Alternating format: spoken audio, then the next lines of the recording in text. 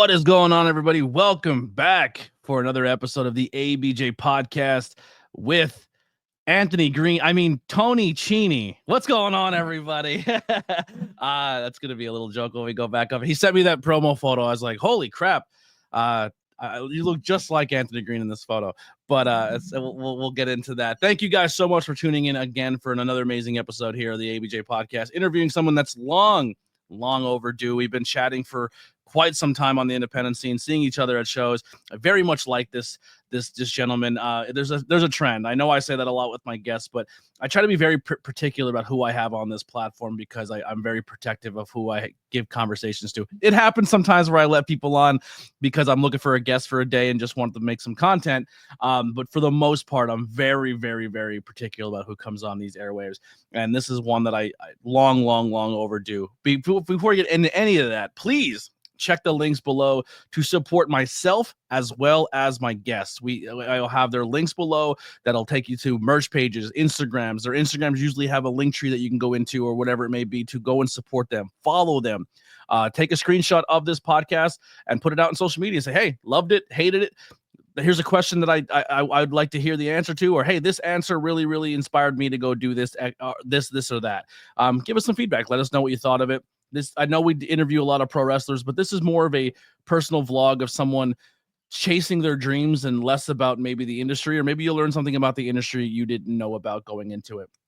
Before we get into anything, also, Rudy Entertainment above my head, the place where you can get all your custom championship belt needs, like me, the Intercontinental YouTube champion, the work rate champion, the hardest working guy on this scene, trying to do it all, and then the High Tension Wrestling Network, where you can see some matches with Tony Chini on me on commentary. He fought a homeless guy. It was crazy. Outback Steakhouse people got involved. It was a whole thing. Go check that out on the HCW Network. They're really close to their monetization goals of hitting their watch hours so they can make a little bit of a profit on YouTube. So go and support them as well. That's pretty much going to do all of the housekeeping aspect, merch, t-shirts. That's all available on the pages as well. Check out that TeePublic for all the logos. Teespring for your special limited run t-shirts are merchandise. And then I'm trying to think if there's anything else. Oh, if you're listening to this on the audio platform, 5-star review goes a long way. And if you're watching on YouTube, we're on the quest for 2025 to hit 10,000 subscribers. So let's keep hitting that subscribe button, share this out. Word of mouth is how we're going to grow, because I'm not paying the algorithms to do it for me. So all right, let's bring in the guest today. We're going to be two-time Tony on the screen. Tony, what's going on, buddy? What's going on, man? How you doing? Thanks for doing great. I'm very, very excited for this conversation. My first question from a fellow Anthony, Tony, have you always been Tony? Have you ever rocked the Anthony name? Like, where do you lie with this? Well, at my mother's house, I'm always Anthony. But I was Anthony until like 5th grade. My dad was always Tony. So I guess I just decided in 5th grade I wanted to go with Tony, and I don't know, just try it out, and then it just kind of stuck, and it was always that since like 5th grade. Yeah, I just liked it. I always like to tell people it's less letters to spell with, and yeah. You know what my Irish grandfather told me, because I have Irish side and Italian side. My Irish grandfather go, you dumb insert a stereotypical Italian name here, and he would say, you dummies literally just slapped to New York on these people and sent them across the ocean, and they thought it was an actual name. Yeah. That's a good. Growing up, I was called Anthony all through school, and I would raise my hand. I'm like, excuse me, insert teacher.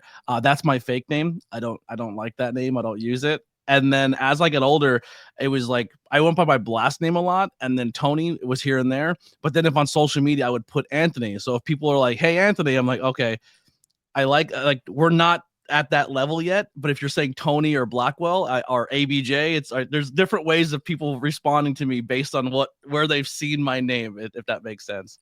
Yeah. I love it.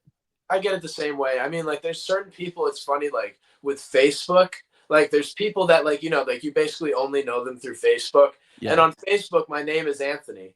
Yeah. So I'll know who kind of like I've never met before for real, like because totally Anthony, great to meet you. You know what I mean? It's like no. It's Tony. Yeah. Some people be like, to go up to my partner or my ex or a really close friend, like, yo, how do you know Anthony? And they're like, who the fuck's Anthony? Like, I don't know what Anthony is. Like, who's that guy? Yeah, awesome. That's a cool thing. I never really had that conversation with another fellow Tony before. So let's get into it. Tell people who you are and what do you do? Well, I'm Tony Chini. I like to think that I'm a professional wrestler. I loved wrestling since I was 7 years old. So that's 2004. I started literally watching in January of 2004. I could remember the first episode of SmackDown was the main event was John Cena versus Rhino. John Cena, if he won, got to wash Paul Heyman's mouth out with soap. And it was just such a fun episode, and just it got me hooked onto like, what is this? Like, what am I watching? And then later that year, WrestleMania 20, watching the main event of that match and seeing Shawn Michaels doing the moonsault to the outside. That was the first time I'd ever seen anything like that. Nowadays we see moonsaults to the outside like every other match. Yeah. But like at that time, that was the first time I'd ever seen anything like that. And it was the most incredible thing I'd ever seen. And I remember that was the moment where I was like, I have to be a professional wrestler. And ever since then, I just loved it, and eventually found my way into the business. And here I am, man. Yeah, it's interesting to hear like people's backstories, especially doing this line of work, where someone's like, I seen it since I was 7, and there was no doubt in my mind that everything I was going to do in my life from this point on was going to be to get to that industry. And then there's some people that I was lifelong fans, but didn't even know I was allowed to do this until much later. Two of them that really stand out is you and Ethan Promise from the Lost Boys. We're like, from a young age, they're like, yo, I'm going to join sports. I'm going to get myself in shape. I'm going to work on theater and acting. Like he like that, all that research was like, this is all for something later. Like I was like, that's commendable. Like, I like that. Yeah, no, I wish that I understood as a younger kid more about like how much the theater aspect of it would really be, you know what I mean? Because nowadays, like I'm super into, if anything, storytelling in professional wrestling, like overdoing moves and that kind of stuff. I love to tell a story and have fun with it, or make people upset, or whatever the story may be. But if I understood that earlier, then yeah, I probably would have done more acting classes and that stuff, and drama and all that. And it was always suggested to me. My sisters, they all did drama and all that, so like they would always tell me, I have 3 sisters, and they would always tell me to join, because that, if they want to be a wrestler, it would help. And I never understood. I was just like, yeah, no, I want to be cool, I want to be a badass. But it is cool, you know what I mean? Like now looking back at it, it is cool, and it's fun, and I've gotten to dip into that kind of stuff later on in my time, you know what I mean? So I really can appreciate it a lot more now. Yeah. So what did you do growing up? Were you into the sports? Like what kind of kid were you? Where did you fit in your little Breakfast Club group? I'd say I was kind of a wanderer in a sense, where I kind of fit in with everybody a little bit here and there, and I tried to get along with everybody. As far as sports go, I never really did sports like on like, the high school team or the middle school team or anything like that. I was like, I like to get out there with my friends and get in the sand and just play, tackle football with my friends, and not worry about the teams, and just get physical, which was fun, you know what I mean? Or we'd wrestle, you know what I mean, in the sand and crazy stuff like that. And I always had more fun with that. But I also liked music at the time, so I could play like little bits of instruments. I wasn't like the best guitarist or drummer or whatever. But I used to sing sometimes, so I had a band in middle school, and I had another band in high school. And I had a garage, so we would all get in my garage and just jam. And we had a couple gigs, and that was how I had my fun. But that was also like, looking back at it, a lot of that was theater and a lot of presentation. Being a front man.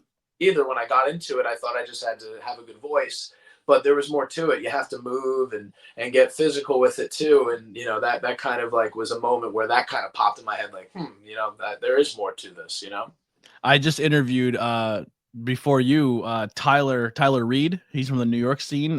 He's cousins with Sean Carr up. They wrestle a lot of Excite. He's in a band called Second Suitor, so he does the band and the pro wrestling aspect. Got into wrestling later, but was a front man in a band for a while. And I always joke, like, I want to find more wrestlers who are also musicians and form like that super group of all wrestlers who are like every member of the band is also a pro wrestler.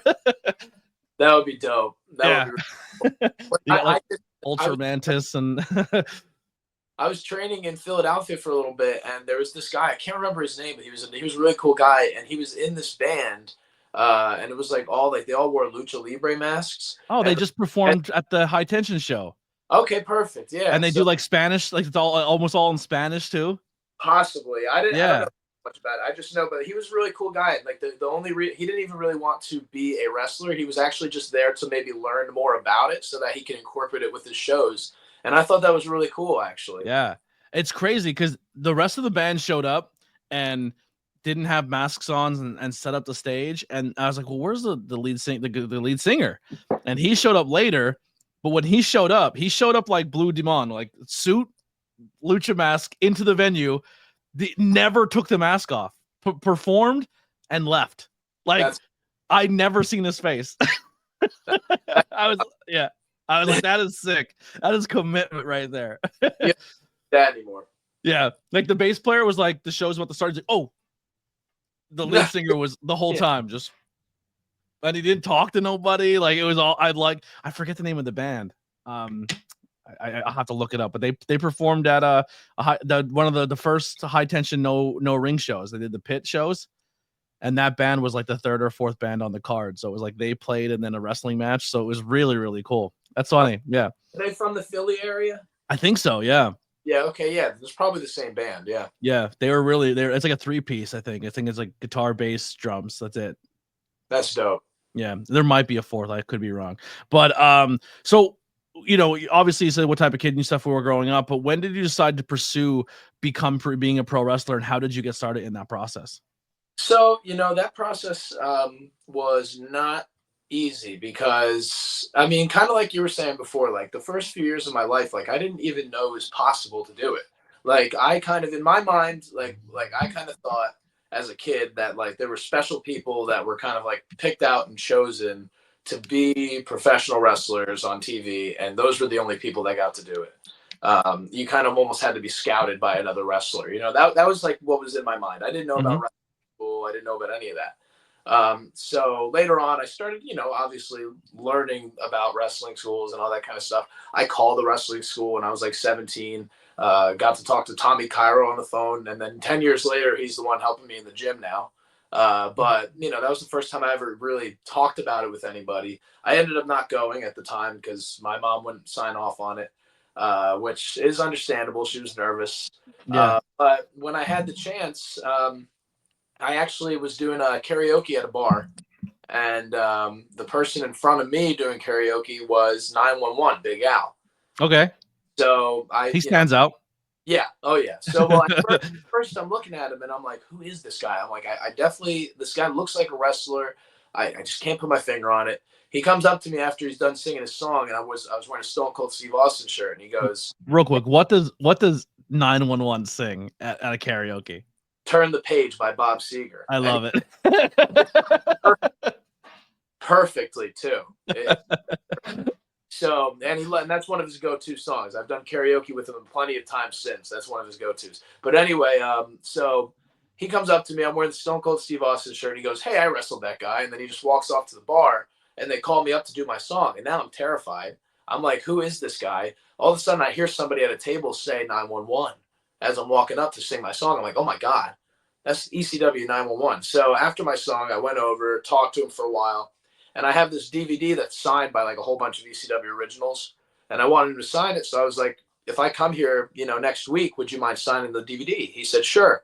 So I went a week later and he signed it for me. We talked, for a long time. And then I left. I thought maybe I might never see him again. I started doing karaoke at a different bar that was like close to that one. And ended up being like really close to his house. He was there every week. So I got to see him every week and hang out. And then eventually he opened a wrestling school and asked me about joining. And unfortunately, I didn't have a lot of money at the time. I was young, and, just like working at a restaurant that didn't have a lot of business, and it just wasn't great. But I told him, I was honest with him. I said, I'll help out with whatever I can and earn my training. And that's what I did. I just, I would show up and try to sweep the building or film stuff for them or take pictures or hang up flyers and make pamphlets, whatever I could do to. So you bartered. You're like, hey, I can't afford school, but I'll come and clean the place, whatever you need. Yeah, exactly. That's ambition right there. That's Yeah, great. because it was almost like what I was talking about earlier when I was a kid, and I thought that you had to be like handpicked and hand scouted by a wrestler, and here's 911 asking me to join a school, Yeah. and it was like it really happened. You know what I mean? Like, so that was that was like the moment where I was like, and in between that time. The reason why I said it wasn't easy was because I was told a lot by a lot of people that it's not going to happen. Mhm. And sometimes you let that get to you when people tell you that you can't do it or you're not going to be able to do it. You're not set out for that. You're not the right type of body, blah, blah, blah, whatever it is. You can't listen to that. You have to push through it and you have to make your own path. If you really want this, if it's something that you know that it's the only thing that you want to do in your life, you can't let anybody tell you can't do it without trying it first. Yeah, absolutely. I just envision karaoke at 911, and then you start stinking, and they want to kick you off, and then they just play his music. He comes up, choke slams you, and then the next person goes up and sings. Like he's like the Apollo, the Showtime of the Apollo chord full. Yeah. Just 911 comes up, bang, and then next person. You're like, I'm gonna sing really good. And then while you're laying there, he just sings "Turn the Page," and then he Yeah, falls. yeah. On a long and lonesome highway. That is the most pro wrestling song too, by the way. It's like that song applies to pro wrestling. Like, is that the same old cliche? Is it a woman or a man? You're like, there's a lot of wrestlers with long hair at a bar that'll probably get mistaken. You know what I mean? such a classic. Yeah, I love him. Yeah. I want. Does this kid sing? Is this kid a big karaoke guy too? He's not a big karaoke guy, but I've seen him do it. And he's, one time we went to a bar in Philly. I don't remember where, but we went to this bar in Philly and they were doing karaoke. And Big Vin did Hulk Hogan's theme song, and everybody loved it. It was Yeah. so funny. Everybody was laughing and singing along. It was great. Oh, that's so awesome. 911's a karaoke legend. That's so I love that so much. How were the beginning stages finding your place? You said you're going in your place, you're sweeping up, you're doing everything you have to do. Did you ever overcompensate of because this is probably what I would do is I would probably get not as much training because I would feel like I didn't pay my like I didn't do enough work to actually feel like I always feel like I have to do more to earn something, if that makes sense. Like how did you navigate those early stages? I mean, I was there like most days out of the week, just doing whatever I had to do. And I mean, any chance that I got to be in the ring, I ate at it. You know what I mean? So it was really just being there for hours and just like just finding that balance. Okay, well, maybe this needs to be cleaned up first before we start. You know what I mean? And at least knowing, okay, I did something. Now let's get something done in the ring. And then the next day, it's kind of the same process. You go in, you do something, you clean this, you clean the bathroom, you clean the gym, because it was like half gym, half wrestling school. So like you just make sure that your area is clean and you make sure that you're working in a good, safe environment. I don't want to go in there and train thinking, oh, this place looks like a dungeon or something like that. Yeah. Plus, unfortunately, it didn't get a lot of students. That's why it wasn't open for a long time. But for the other students that were there, personally, now it's like, I feel like I have like a certain obligation. Like, I don't want these people coming in and thinking it's dirty if I'm the one cleaning it. Yeah.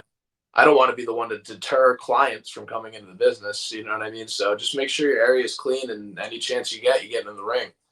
Yeah. Well, what those also in the beginning stages too, like how was it like adjusting your body to taking the bumps and preparing yourself during those training sessions? That's like, I mean, sometimes you just don't understand what your body's capable of until you really push those limits. And like, like I said, I would play like tackle football with my friends, and like I've taken a couple shots, but like nothing like taking body slams from Big Vin 50 times in a day. It's crazy. So like we did body slams like over and over again this one day, and I was just like worn out, but I still wanted to learn. So the next day I went right back. We did more body slams. I'm beat up, and now we're doing hip tosses. And I'm like, I mean, this is the first time that my body's like felt like, oh my God, like I don't think I can actually physically continue. And he's trying to give me a hip toss, and I'm just like collapsing. You know what I mean? He brought me up and he chopped me in the chest, and like something about it, my endorphins just started going off, and I ran off the ropes, took the highest hip toss of the night. Like everything, like my body was just like shook. And Mhm. like I realized I was like, like I can push myself past what my mind is telling me. Like I might be telling myself like, oh, I'm done. But like, no, I can keep going. Like, you know what You I got mean? that one more rep in you. Yeah, Yeah. absolutely. That's when I learned about, like, I never knew about that one more rep until that day. Yeah. A chop from Big Vin will wake you up. A 911 will wake you up for that. You know what I mean? For sure. For Yeah. sure. What were some setbacks or adversities you've had to overcome at all in your career? I mean, a lot of just like I was saying before, a lot of people in the background saying, you can't do this, you shouldn't do this, it's not a good idea. When I first started doing it, like I expected to get, calls from my family and friends, like kind of like, oh, congratulations, you're actually doing what you've always wanted to do your whole life. But I was getting calls from my family saying, why are you doing this? This is, you're gonna get hurt, you're gonna this, you're gonna that. It's not a good idea. This person's not happy about it. Well, it's, you know what I mean? Like that was the only reaction that I got. And that was definitely upsetting. You know what I mean? And It was like, from your close peers too. It's not just strangers saying don't do it. It's like yeah, people you would want to be supporting you. Yeah. yeah. And like, something that like maybe, obviously like some of the viewers might not know, my sister, I've, like I mentioned before, three sisters. One of my sisters is a paraplegic. She was in a car accident and she's paralyzed from the waist down. Mm. So my mom, I mean, it's scary for her, for Yeah. me, and I get that. I can This is an industry where you're always a centimeter away from being that. I always say like, like she's probably looking at it like I'm asking for it. You know what I mean? And I can understand that. But now, throughout the time, she's been more understanding about it, and she's seen that it's not just me going out there and trying to get hurt. It's more of a business. And as long as you treat it as a business and you treat your body as the product and you want to keep your body working, you know what I mean? Like there's more to it than just getting beat up is what she realized. And Yeah.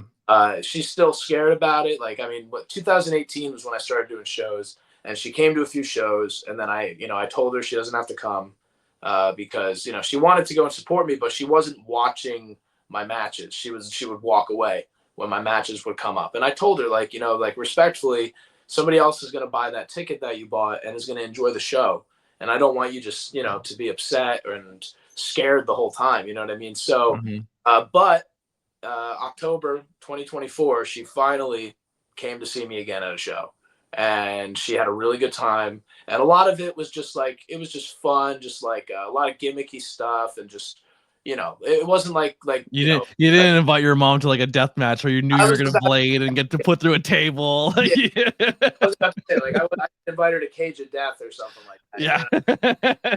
You're like, Mom, this is the one. I feel like you're Yeah. like, my Well, mom's in the row. Gig me.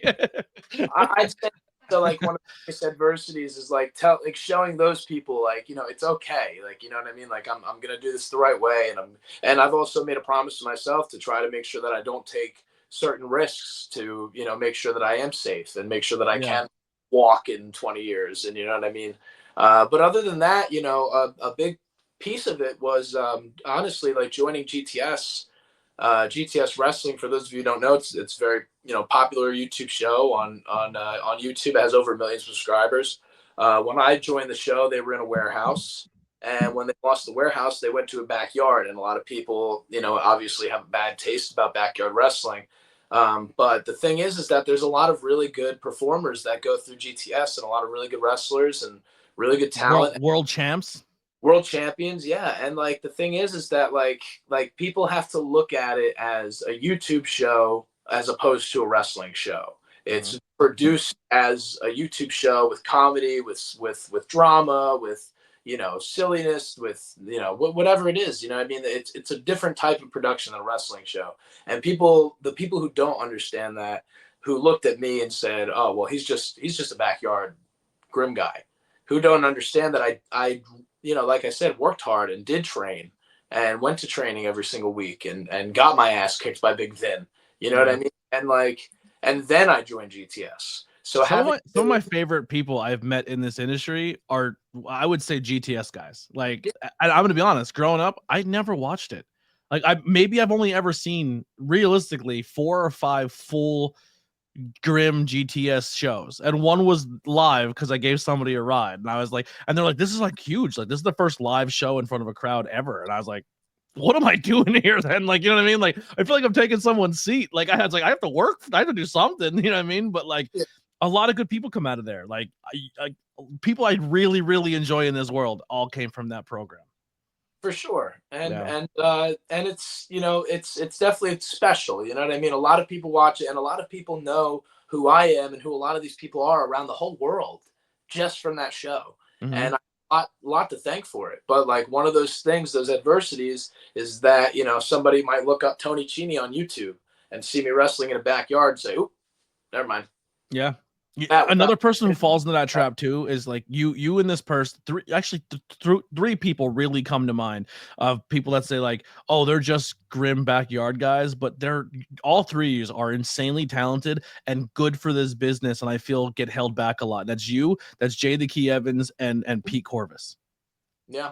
Like, if I had money and I ran my own company, you three would be major stars in it. Like, and because of just your good humans and Grim, you learned a lot of cool stuff there, and learned how to develop and do things that make you're TV ready working at Grim, because of you're not just learning the wrestling aspect, you're learning how to present yourself and sell yourself and do that. And a lot of people on the independent scene don't do it as well as you three. And I feel like a lot of times you don't get a lot of that same love and pursuit that I think you guys probably should. I can agree with that, absolutely. And Mhm. like people don't understand how much of a tool on GTS wrestling can be to your career, because like I Yeah. said, so many people see you all over the place. So when you put out merchandise, you know what I mean? Like now so many people, it's going to reach so many more people than just like your local, you know, Ocean County area or whatever it is, you know what I mean? Like it's something that like now people see you all over the place. Like I've been out like for motion capture, I had to travel a lot, and like almost everywhere I went, somebody knew who I was. Yeah. Uh, I have a really cool story where I was doing motion capture with Vampiro, and we went to, and it was in Oh, Boston, sick.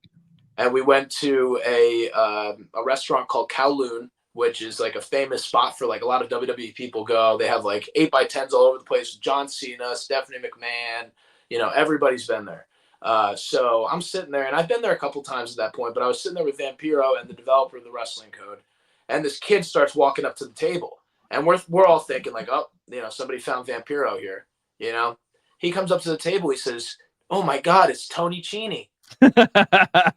You're like, what?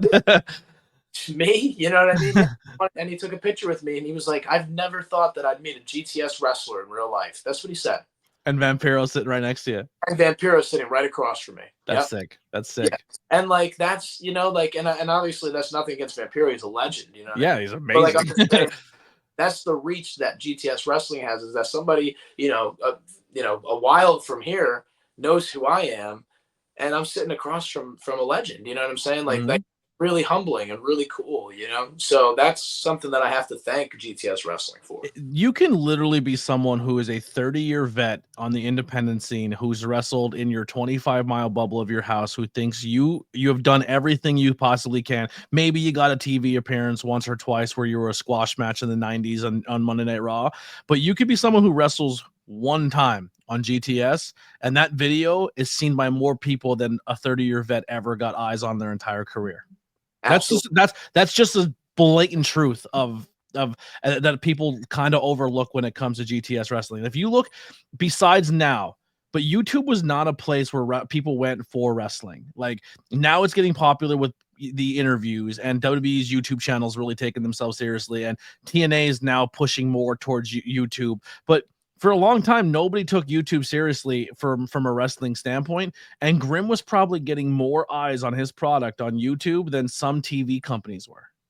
Yeah, And absolutely. And that's a fact. You know what I mean? Like, Grim has showed us the numbers, like the YouTube numbers in the past, and like yeah, his channel has been above, you know, other like WWE stars channels and that type of yeah. stuff.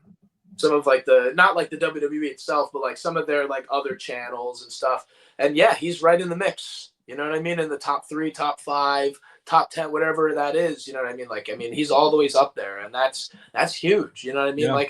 Like you said, like that. So many people get to see that, and it's a huge tool for sure that people, I don't think, understand how to use that tool. And GTS fans are vocal I've never been on a GTS camera in my life, but I made a clip on when I was at the live GTS show.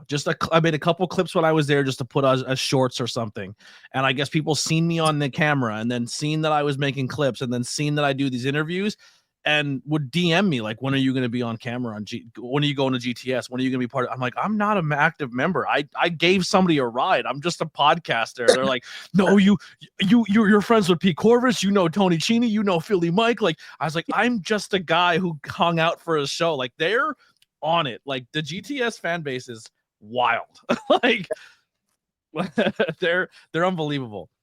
Yeah, and when you talk about GTS names, like you were talking about earlier, Philly Mike's another one that you want to throw in there for sure. Yeah, great talent. Yeah. And he's such a great personality and everything. You know what I mean? He's something. He's Philly Mike. You know what I mean? Like when you see him, he's undoubtedly Philly Mike. Yeah, and he hates me, but I respect him as a person in the industry. Yeah, well, you know, just in general, you know, yeah, sure. Like he knows who his character is, and that's something that's very important. Absolutely, yeah, and Grimm's another place that gave him a lot of confidence to be that person. When have you ever felt like you hit your peak, or what are some like moments that you have that you're really proud of? I mean, I don't feel like I've hit my peak yet. I feel like I'm still going. I feel like I'm, still absorbing, and just, hopefully I'll get there eventually, whatever that peak is. I don't know what that peak is going to be for me, but, it's different for everybody. And, I have an idea of what it might be, but it's coming. But anyway, as far as things that I'm proud of, I was talking about the wrestling code earlier, working with people like Vampiro, like Diamond Dallas Page, Kurt Angle, Rob Van Dam, Ultimo Dragon. I cried. Ultimo Dragon, Tajiri. You know what I mean? Like all these people that I've gotten to. Tajiri's my Ultimo Dragon. I love Tajiri. It's incredible, and he's so funny. Tajiri is a funny guy, man. I love stories of people saying that they met him and he did the "I don't speak English" bit to them. Oh my God, so I love that. I love that so much. We were at like a convention, and like he was signing autographs, and I was hanging out at his table with him. And this guy comes up, and he's like spilling his heart out to Tajiri. Like, I remember this and that, and this match, and I love this and that. And Tajiri's just, okay, yes. And then just, shakes the guy's hand, takes the picture, guy walks off, he looks back at me, goes, I don't know. It was just so fun. He plays it on everyone. Yeah, he just goes for it. If he knows he can get away with it, he will. It's the so best. He's the best.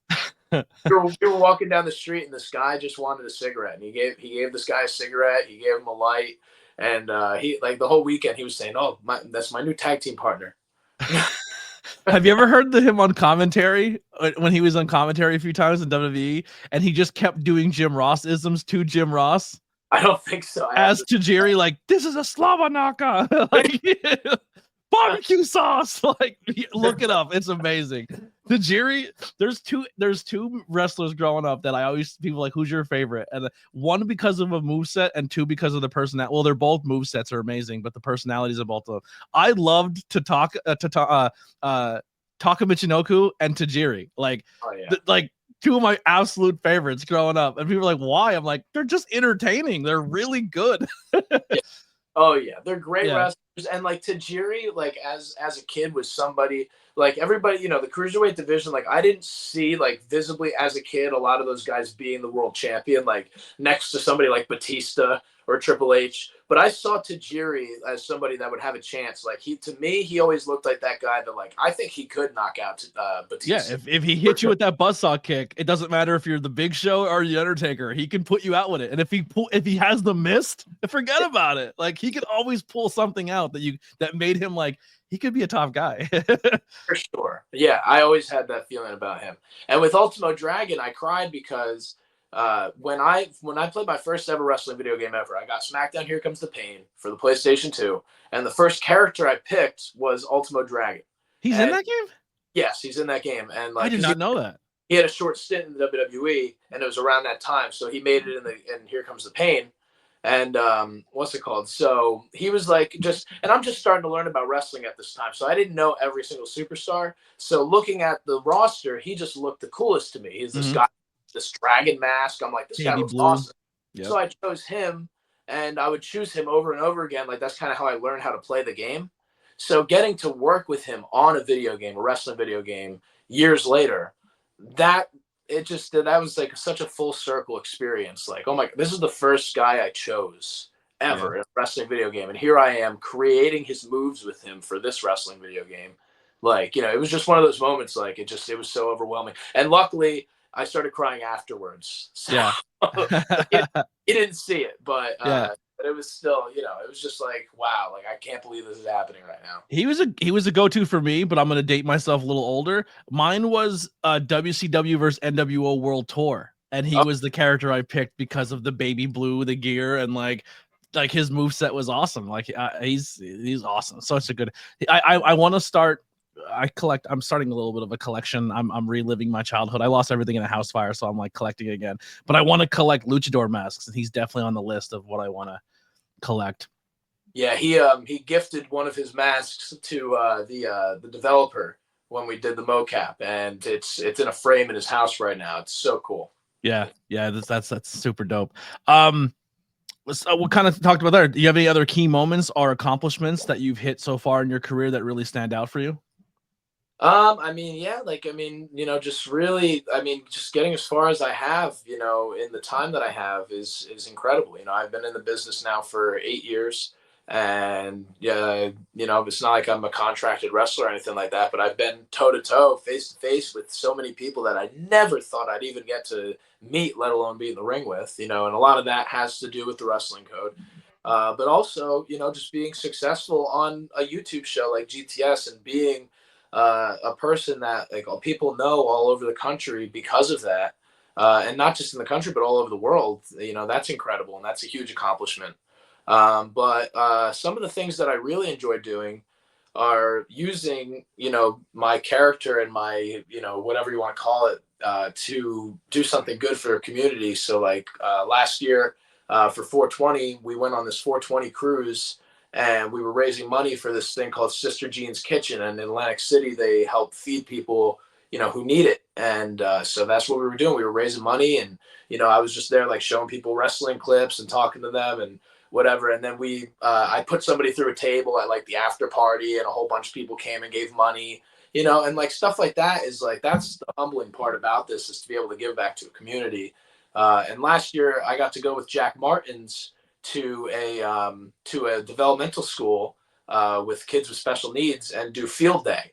And we like ran an obstacle course for the kids and stuff. And like, that's like, I love doing that kind of stuff. It's incredible.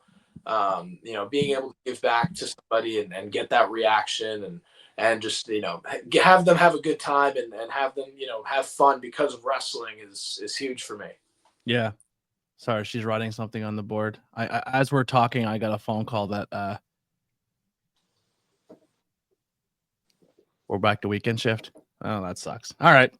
I got the job, but we're working weekends again. So that's day shift weekends. All right. Sorry, that's not part of your interview. That's okay. It's exciting, but it sucks because now I'm going to miss another opportunity again. But it is what it is. We need money. All right. Sorry about that. One thing I really, really enjoy about you as well is the fact that I was telling other content creators I worked with and stuff about you, because they were asking questions and stuff. And I said, my favorite aspect about you is the way you conduct yourself. Like, you're very, very humble. You're very, very low key. You're very like, you're not someone who's like a look at me guy, but you easily could be. I think with your accomplishments and what you've done, you have a wealth of knowledge in you. And a lot of it is because you've been put in situations or have gotten yourself into situations where you've rubbed elbows with a lot of people who have done amazing, amazing things in this industry. And you're someone who's like a sponge. Like, you're a good conversation and you're a good person. You're a good hang, which is really good for any business. And a lot of people have bestowed a lot of information on you. So like, I always tell people, if Tony Chini's telling you something that's going to probably help you or see something in you, listen to it, because you've met a lot of people and got an opportunity to pick a lot of people's brain. And I think that's super, like, I think that's another value to you that a lot of people don't see, or I don't know. I hope you see it in yourself, but like, that's a cool accomplishment you have. I truly appreciate that, man. I like honestly, really, really, truly appreciate that. Somebody looks at me that way. You know what I mean? Yeah. That's really humbling. And I just, there's no point in going, look at me. You know what I mean? I've done all these cool things. That's great. I have that for me. And that's the thing. Like, I love to be able to take that knowledge and help other people. And if I get to see somebody else thrive from something that I told them, little or small or whatever, then that makes me feel great. You know what I mean? I've gotten to help out a couple people as far as getting started in wrestling. Zach Ruby and Jack Martins are two of like the main people that I've gotten to like kind of train and help out, and it's so gratifying to see them get bookings. Like this weekend, they're wrestling on a show against the FBI, and Nice. that's really like to see like essentially two of my guys wrestling against Nunzio and the new FBI is just really, really cool. Nunzio's still killing it. So good.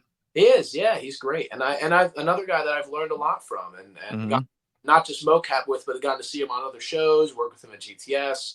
And he's always just a great guy. He's a wealth of knowledge. Yeah. And keeps himself in great shape.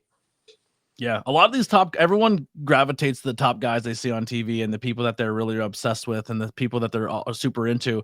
And then I turn around and tell people like, that's great, that's awesome, but like, there's people in this industry like your Nunzios and your Brooklyn Brawlers and these guys that like were never the top guys, but like they did more than just be wrestlers. Like they've done every aspect of the business. Like they're the people you really want to sit down with. You know what I mean? Like there's people like the guys at the top. I'm not saying they didn't do that either, but once you get to the top spot, you're essentially there's a lot of things you don't have to do anymore. And then you have to carry the company on your back, which is a whole nother wealth of knowledge you can pull from. But those guys who do the small things that keep a show going that you don't even realize they're doing, like Billy Kidman, people will be like, well, what did you look at the stat things of like, yeah, he has some championships here and there. He had some good runs, some good moments, but like he didn't have the longevity of insert person here. But like, no, Billy Kidman sat in Gorilla for years and ran TV shows and scouted and like, I love age. He's still doing.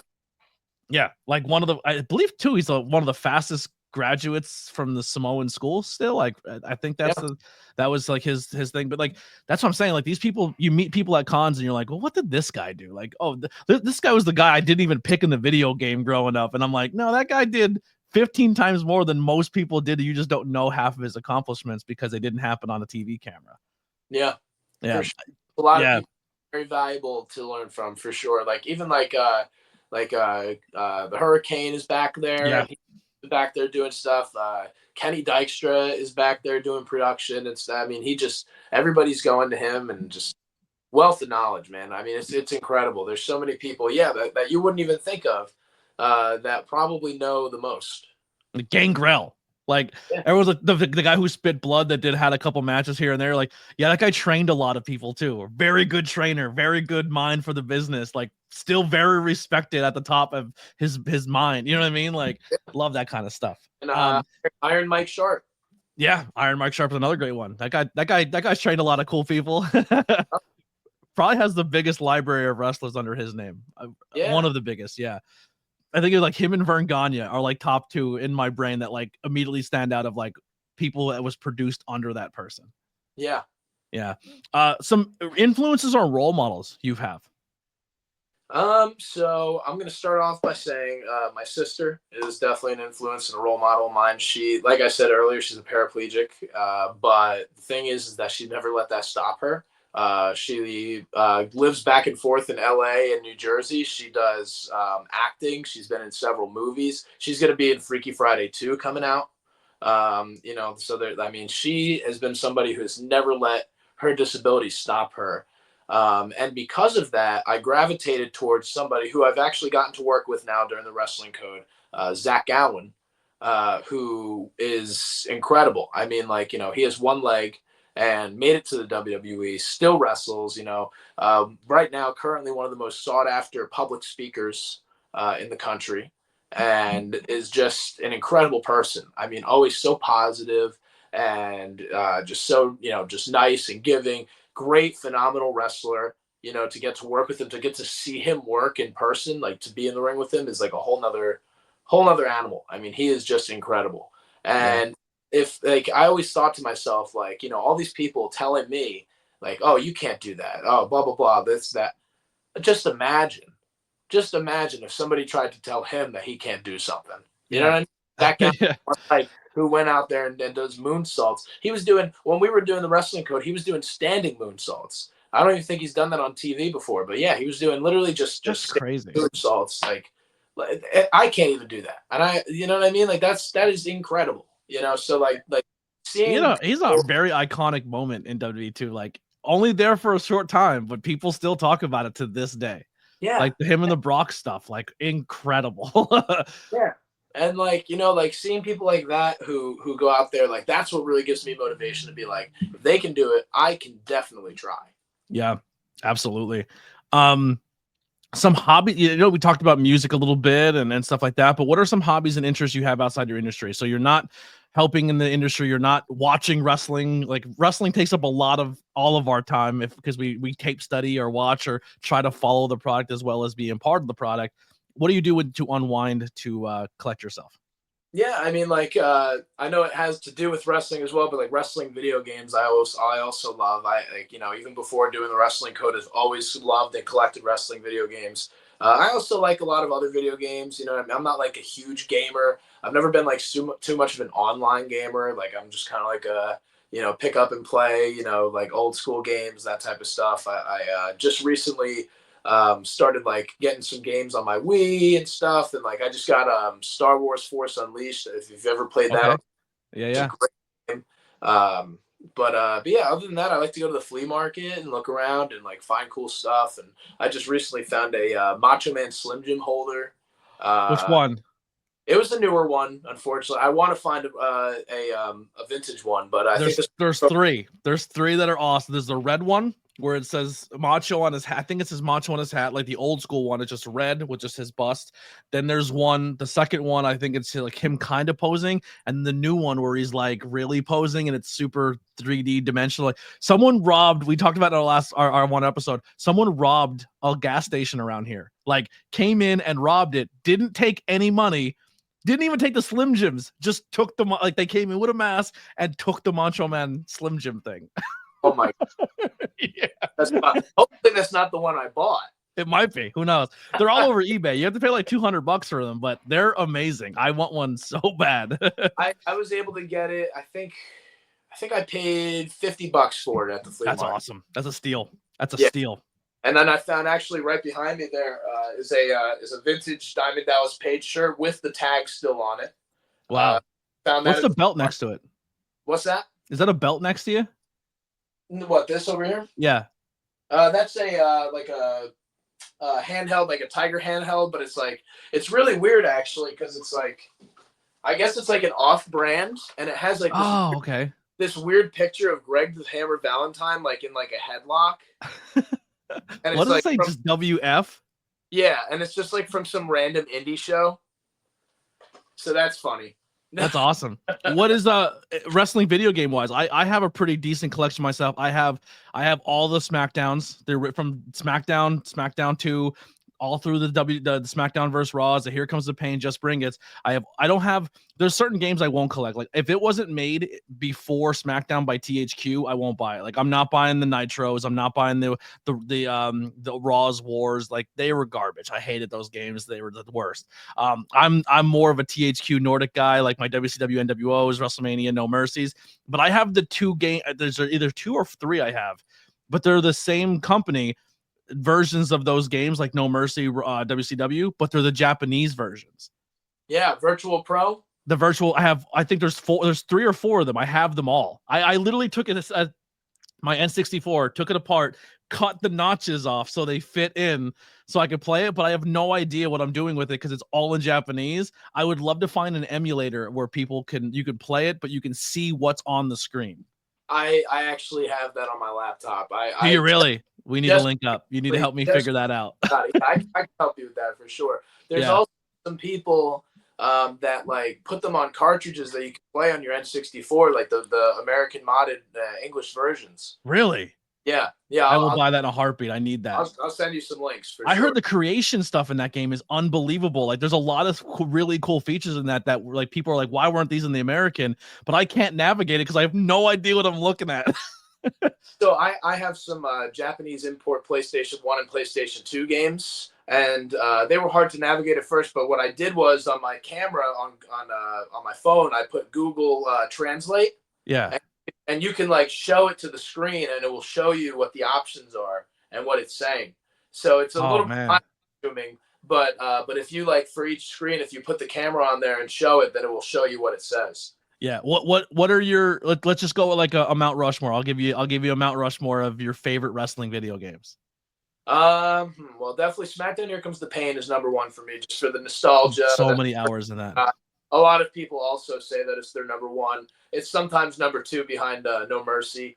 Yep. No Mercy is not one that I grew up playing. It's one that I started playing a few years ago. But it is a really good game. There's people who mod that too and put the active rosters on. Like, I've seen someone who takes No Mercy and put all of Lucha Underground in it and stuff. I'm like, I need to learn how to download and play that because that'd be sick. There's crazy stuff out there. I just started dabbling in the world of downloading stuff like that, and there's some. I have I found this one. It was like SmackDown 2 Know Your Role, but it was all reskinned to be ECW, and it's like insane. See, Here Comes the Pain was the first game that we went out and bought because I was friends with this family, and there was like 9 of them. There's a big family, and they all were gamers, and so they were the first family I met that had the port where you plug in that you could put you could play with all 8 people at one time. That's a whole nother experience when you're playing like Here Comes the Pain and every person in the room is playing at the same time, like 8 people. Like, most times you only get the 2, you know what I mean? Yeah. You know what I mean? Like, 4-player PlayStation was not that. We did all 8 on a very consistent basis and had our own storylines. Oh my God. It was fucking awesome. The season mode in Here Comes the Pain has always been my favorite. We were convinced that we were being spied on by WWE because my one friend used to love playing his Kurt Angle, and then me and my friend were both Tonys. He's white, I'm black. We made our own characters of ourselves, and we made ourselves like Kurt Angle's cronies so we can play with him as a trio team. And then we made our characters head shaved because he got his head shaved, so we shaved ours, and we had our own Team Angle, and we looked like Shelton Benjamin and Charlie Haas. And then like 3 weeks later they became a thing on TV. We're like, they stole it. We were Team Angle first. We had it in the video game.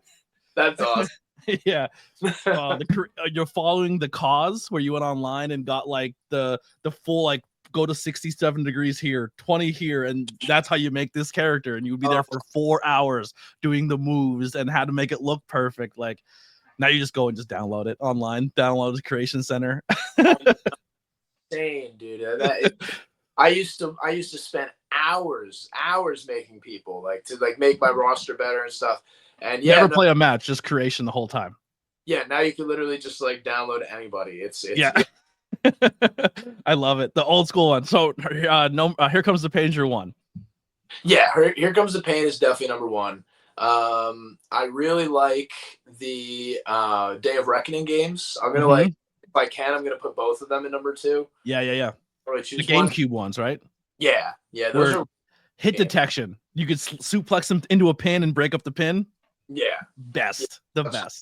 I really like King of Colosseum 2, which is a great game. It's a Japanese game for PlayStation 2. It's phenomenal. Like, the gameplay is just it's just very different. You know what I mean? Like, it's different than anything you'll play, like American made. And man, that number 4 spot's tough. I'm gonna go a little bit outside the box though and say Nacho Libre for the Nintendo DS. And it might not be considered a wrestling game. I consider it a wrestling game. You still play wrestling matches in it, but you also have a lot of fun because you get to play little missions from the movie. So you have to go and climb the mountain and get the eagle egg, and you have to slingshot the watermelons and nacho and stuff like that. So it's fun. It's a really cool game. I love that. I didn't know if I'd like it or not, and then I ended up I spent a whole plane ride playing it, and I beat the game, and I was like, this was awesome.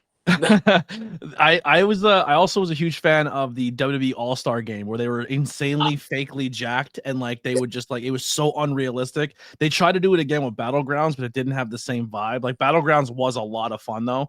But All-Stars was so slept on. Yeah, All Stars is a phenomenal game. Yeah, that would be up there with them for sure. That's a great. I had a lot of fun playing that game. I still do. I just recently they came out with like a brawl stick for it. It was like like an arcade style brawl stick, and I couldn't find it for years. I found it on Facebook Marketplace recently, and I picked it up. I'm so happy to have it. It's There's a guy who makes content. He does like video game reviews and other reviews. It's an Asian dude with like long black hair, and he did this one video about virtual pro for the Game Boy or something, where it's like fake Ric Flair. But he goes, "Did you ever hear the story of that game? Like the storyline?" No. So in the game, Ric Flair is like a different name, but it's clearly Ric Flair, and he's your trainer, and then he kills your trainer or something like that, and then steals your girl, and then you fight back to get the world championship, and then through this whole moment you win the championship. Trigger warning for people here at the end, but at the end of the game you win the championship, and they just show like a Game Boy now, a shot of like a house with like a car parked in the driveway, and you're just like looking at the house, and it's like somber music, and all you hear is at a flash in the window. You literally kill yourself because you've lost everything in your life. And the guy's like, what kind of wrestling video game is this? He's like, this whole game, Ric Flair is destroying your life. He's just everything. And you finally win the world championship, get to the end of the game, and your guy offs himself. He's like, who made this game and who hurt you? You should look it up. It's the craziest video game story. It's almost as crazy as the old WWF Mortal Kombat game where they had like the stories of what happened after you win, and like Bam Bam Bigelow kills everyone in the audience, lights them on fire type deals. Yeah, like they don't show it, but they have like a thing you read of like what happens. Like Shawn Michaels was sexually assaulted to death by women who were ravaging him because he was the sexy boy. It's like, who wrote these? Like yeah, that's bad, crazy wrestling video game stuff. I have to look up that Game Boy one. I've never heard of that. Yeah, it's crazy. So fucking fun. If I find the link, I'll send it to you. It's one of the fun. The guy who the way he does his content and he narrates, he's so fucking good. I will find it and send it to you, but it's crazy. Just the way he does it. He's like, what? Yeah, so funny. Words of encouragement for a beginner or anyone trying to chase their dreams. Well, I mentioned it earlier, and I'll say it again. Don't let anybody tell you you can't. You know what I mean? People are going to be in the background. They're going to tell you can't do this, you can't do that. They might think that, but that's for you to decide. You know what I mean? They're projecting. Exactly. Go out there, try. That's the biggest thing. Go out there and try. And when you fail, get up and try again. Because I said when you fail. I didn't say if.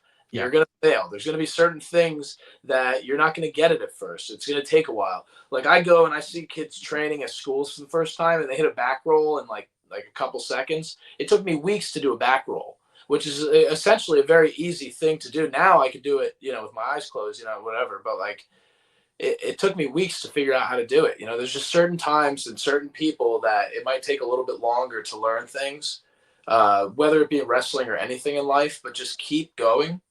And keep consistent at it. And if you really want it, you're going to get it. Yeah. Every success story is someone standing on the mountain of all of their failures. And they're still not done adding failures underneath their feet. That's just the story of it. You have like no one just comes in and kills it at first. Like even the greats all failed.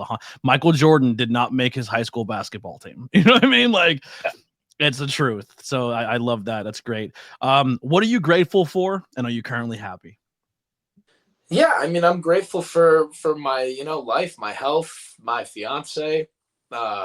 She's amazing, by the way. I love her to death. Shout out to Francesca, Katrina, however you know her. Just huge shout out. She's always been there for me. Doing wrestling is not easy. Dating a wrestler is not easy all the time. You have to go out. You have to sacrifice a lot of hours for work. There's a lot of sacrifice to it. Do you think it's easier dating someone in the business than trying to date someone who's doesn't understand the grind? I think that it would be tough. I think that if God forbid if I had to date somebody who was not in the business and didn't understand the business, it would be very tough, and there would be a lot of. And I've seen it from other people, from fellow wrestlers that get, they get a girlfriend. The girlfriend, doesn't understand that it's not just like this fun thing you do once a month. Sometimes, like, there's a lot more that's invested in it. And sometimes it's hard to divide that time, and people will choose one way or the other. You know what I mean? So I think it is easier to have, somebody that's in the business for sure. But at the same time, it also makes its own issues to have somebody in the business. You know what I mean? You're always scared that something's going to happen, or, she got injured last year. She broke her ankle, and, like, as somebody, I got her into the business. So seeing that, for me, that makes me feel horrible. You know what I mean? Yeah. I don't want her to get hurt, but it's part of what we do. Unfortunately, that's what I didn't get her into, trampolining. You know what I'm saying? Like, I got her into wrestling. So yeah, you're going to get slammed sometimes and it's going to hurt. But just like she was there for me when I got hurt, it's the same thing. I'm just there for her when she gets hurt, and we're always there for each other. When I proposed to her, I said I want her to be my permanent tag team partner. I love that. That's what it is. We're really, like, legitimately tag team partners all the time. We got to get you guys a couple of belts made. I mean, not to like bring on the scene, just to have you guys have that's your wedding or your engagement, like, tag team championships instead of wedding rings. Yeah, I really do. I want to actually get replicas made of the old GTS tag team championships, because that'd be cool. That was the first one. This is my tag team belt. I had me and my podcast partner have. I'm a golden age guy, so I have the old IC Winged Eagles eventually coming, but I have the. Oh wow, that's really nice. With the tornado tag with us on the side plates. Hell yeah, dude. That's really cool. Yeah. Is that Rudy Entertainment? I was about to say that's from your sponsor here. Rudy. Yeah, and that the weight on those, I mean, you've seen the Intercontinental one at the High Tension show. Sometimes I walk in and that my belt's nicer than the promotions I'm at. For sure. Yeah. Where can people find and support you? Oh yeah, there was one part of that question I didn't answer. Yeah, please. Am I happy? Yes. And something that I like to say to people is, everybody's gonna have their ups and downs. You know what I mean? Everybody's gonna have a day where, maybe they feel like they're just getting dragged in the mud, or, nothing can be right. But at the end of the day, you wake up and you have a chance. Every single day that you wake up, that is a chance to make things better. So at the end of the day, try to go to sleep with a smile on your face and be happy, and know that, okay, well, tomorrow I'm just going to keep trying. Yeah. I love you to death, man. You're always a good talk. I even in moments where I'm pissed and I'm mad or I'm upset and I get my own feels, and like you're at a show and I chat with you, I'm like, I need to just fucking calm down. Like, this guy's been through it, and you're just a very positive person, and you balance me out. I need you around more.